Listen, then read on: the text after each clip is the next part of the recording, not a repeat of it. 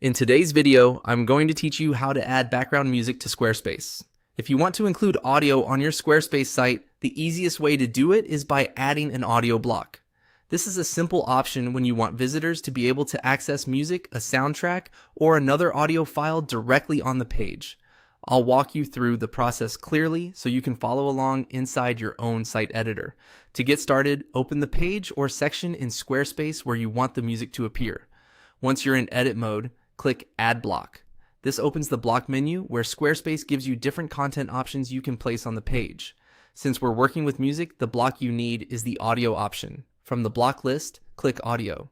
As soon as you select it, Squarespace will place an audio block onto the page. This is the element that will hold your music file and display the player settings for your visitors. If the block appears in the wrong spot, you can usually reposition it later, but for now, just focus on getting it added. Next, click the pencil icon to edit the audio block.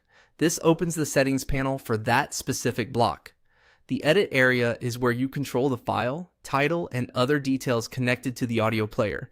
If you don't open this menu, you won't be able to attach your music, so this is an important step. Inside the audio block settings, click Upload File if your music is saved on your computer. If your audio is hosted somewhere else, you can instead add a file link. Both options let Squarespace connect the audio to the block, so choose the one that matches where your music is stored. If you're uploading a file, give it a moment to finish completely before moving on, especially if the file size is larger. After the file is added, click on Title. This allows you to name the audio track so it appears clearly in the player.